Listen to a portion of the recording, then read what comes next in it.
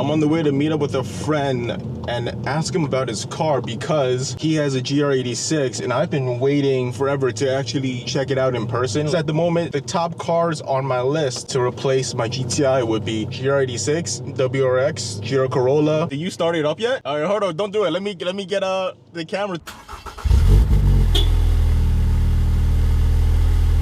That's warm start? Yeah. That's pretty loud.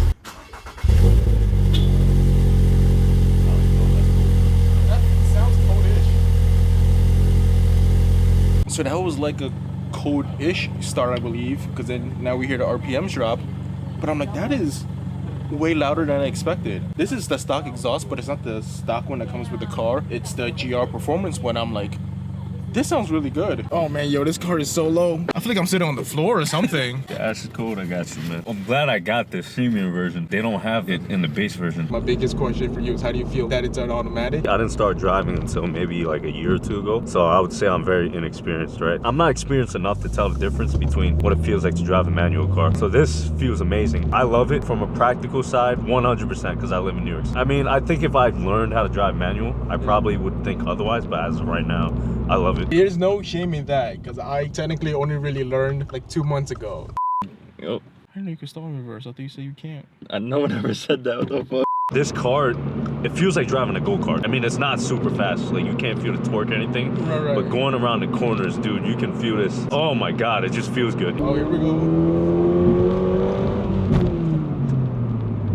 It's not fast, right? I definitely feel it not kick, like, because there's no turbo. Definitely. There's no kick, but it works. It's naturally aspirated, yeah. Yeah, that's, I guess, was my biggest complaint about, I don't know if it's a complaint, but that it's not fast, but I mean, it feels fine. Yeah, it works. Yeah. No, yeah. I mean, obviously, it's obviously not like a straight line car, but it's probably great if you bring it up to the canyon. Yeah, no, like that, exactly. That's what it's made for. Yeah, this is exactly what this is made for. How much should you get this for? I want to say 37, 38. Okay. 36 was including all the other stuff, okay, like the mats and the exhaust, the filter, the side panels. I got it for retail. The crazy thing was I was even looking to buy it. I wanted to see it in person and see what the cabin was like. I was talking to the dude. I told him, like, dude, it's nice to have the exhaust and stuff, but this car is not worth past a certain amount after like taxes and shit. Yeah, exactly. And I was like, at this point, I might as well just save another 10K and then try to get a 2.0 Supra. But then the guy was like, you know what? Let's talk it down. I'm only paying roughly a little over $800 a month with insurance, basically. Yeah, MSRP to me is like really good, especially during that time. I got it in August. Do you think he gave it to you because it was an automatic? Perhaps, who knows? His reasoning was that this car doesn't sell often, so I'm assuming that's the reason why. I love the sound of this car. There's one thing though about this car: they have fake engine noise. Oh yeah, that's what. Yeah, so that's the one thing that I would want to pull out. One thing I hated using like the hood prop. They still have that? Yeah, dude. I'm like, you would think this car would at least, you know, have hood struts, because my trunk has OEM struts. The only thing I really disliked about this car, the gear shifting in sport mode. It feels terrible. Like when it downshifts, it's clunky. It's not smooth. Yeah, obviously it's not a dual clutch. Now the internet's gonna flame you like, oh, she's got a manual then. Oh hell yeah, hell yeah, dude.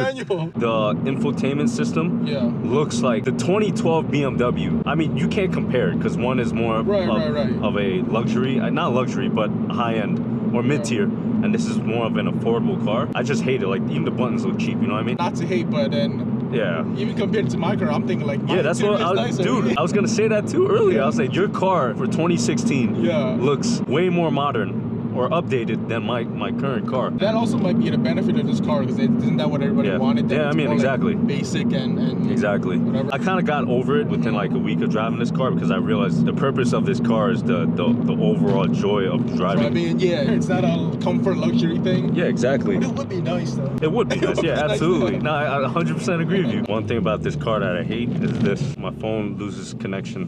What the heck with the Apple CarPlay? Yeah, it's so stupid, and it's an actual issue. It's not even the wire itself. Occasionally, I won't be able to run Apple Play on my car. Now I'd have to hold my phone and drive. So what do? You gotta reconnect it? I have to unplug it and then re-plug it. Oh. But sometimes, like if I turn on the car and I'm having that issue off the bat, then there's nothing I can do. Talking about earlier that like, if you live anywhere outside of New York City, it's like 3, 4, 5 miles before a red light. Yeah, exactly. Whereas here, it's like every 50 feet. The highway, the freeway. You're not gonna be in traffic. Like over here, you're in traffic. Like BQE traffic. Oh yeah. Hours. Like, nah, I'm exaggerating. My shit is on stock. I actually scraped the bottom of my fucking car once, yeah. That was nuts. I didn't even know how. It wasn't that low. Which is what I was saying. So I didn't understand why my car scraped that time. I was thinking about getting coilovers to stiffen up the thing, but I was like, nah, probably not as a daily, because this car feels terrible. You gotta get out to like a murdered out rose? Yeah. That's nice. There's dust on it. That means like, yo. Yeah, they park here normally. Been here forever. Yeah, Yeah, it's crazy. Getting out is not as bad as I thought. I would have thought it would be a struggle to get out. Is that his real plate? I have no idea. It just says wow. It's always been there. That's the crazy thing. Wow. Like every time I've driven past it, it's always been there. That's crazy. That's nice. It's gorgeous, right? Tell me not. Yeah. The thing is fucking. And it's like paint match and stuff. Yeah, I think I would want this color too. And he got the TEs or something. Yo, are we allowed to park here? Is this like the special one? No idea, honestly. I see like. That's crazy. There's a Urus right there too. Wait, is this old? Is this dusty? I don't want to touch the car, but is it because it's been here for a while? Oh. RS6. This is also super dusty down here. Damn.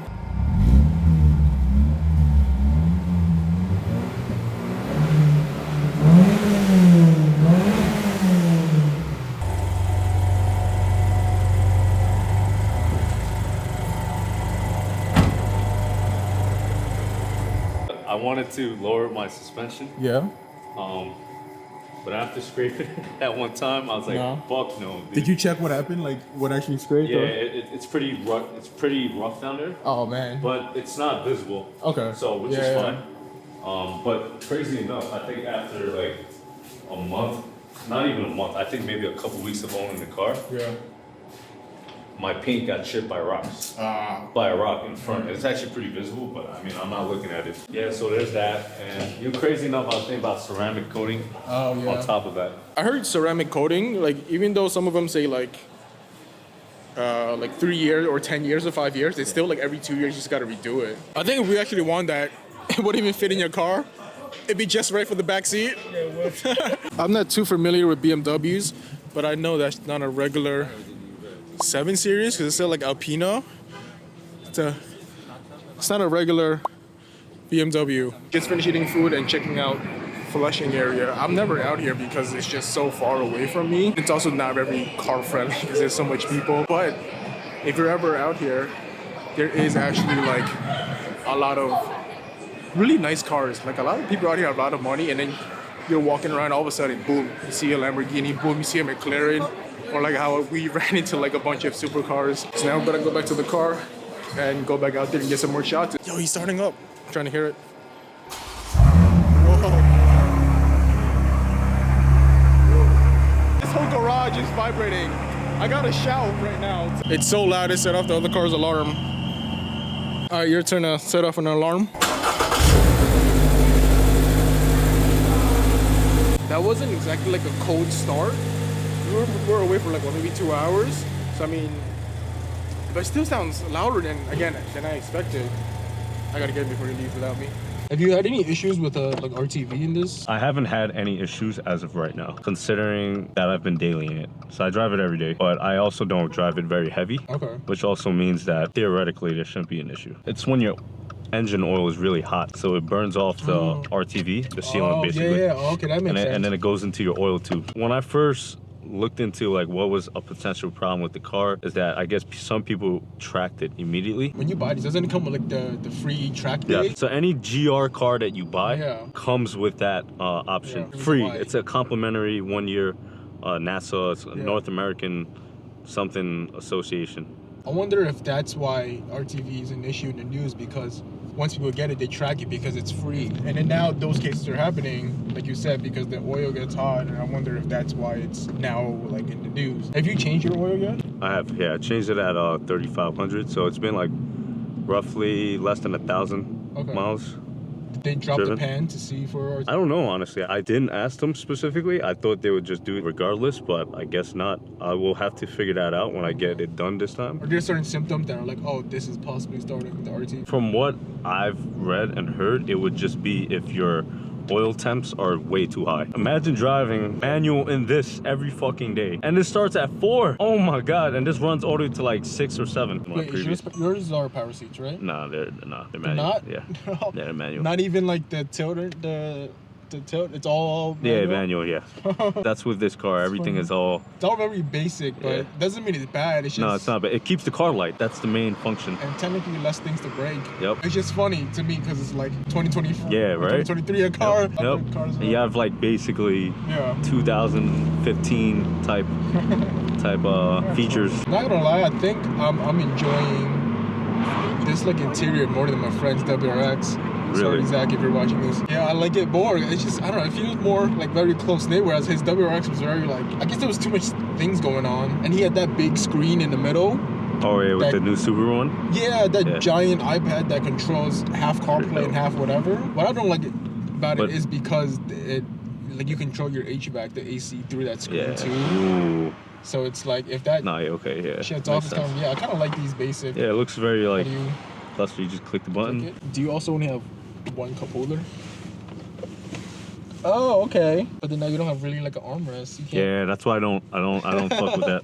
I either put it on my side, or the one in the middle, which I don't like because I like to keep my hand on the knob, even though I don't know how to drive manual. It just feels cool, right? It just feels cool. I just finished shooting with Steven, and I'm not gonna lie, I'm sorry Zach if you're watching this video, I kind of like the GR86 more than WRX. People say like, yo, it's not fast. I mean, Steven was like giving it some go when we were on like the highways, and I'm like, this doesn't feel bad. You know, like it doesn't have a turbo, there's no turbo lag. So everything was like just going. There's no like waiting and then you get pushed back. Everything just went. And I'm like, this feels fine. I don't know what people are talking about that it's not fast. I mean, obviously, like if it had more power, it would be great. But then who's gonna buy a WRX at that point? That was my biggest gripe with it. People are saying like, yo, it's not a fast car. But now me, after like sitting in it and spending a day with it, I'm like, this is, I don't know, it's fine. And then now, if I were to get one now, it's like, fuck, do I do a manual and automatic? You know, obviously, logically, I would go with a manual because that's how it's supposed to be driven. But then Steven made some good points where it's like, yo, us living in New York City, like I would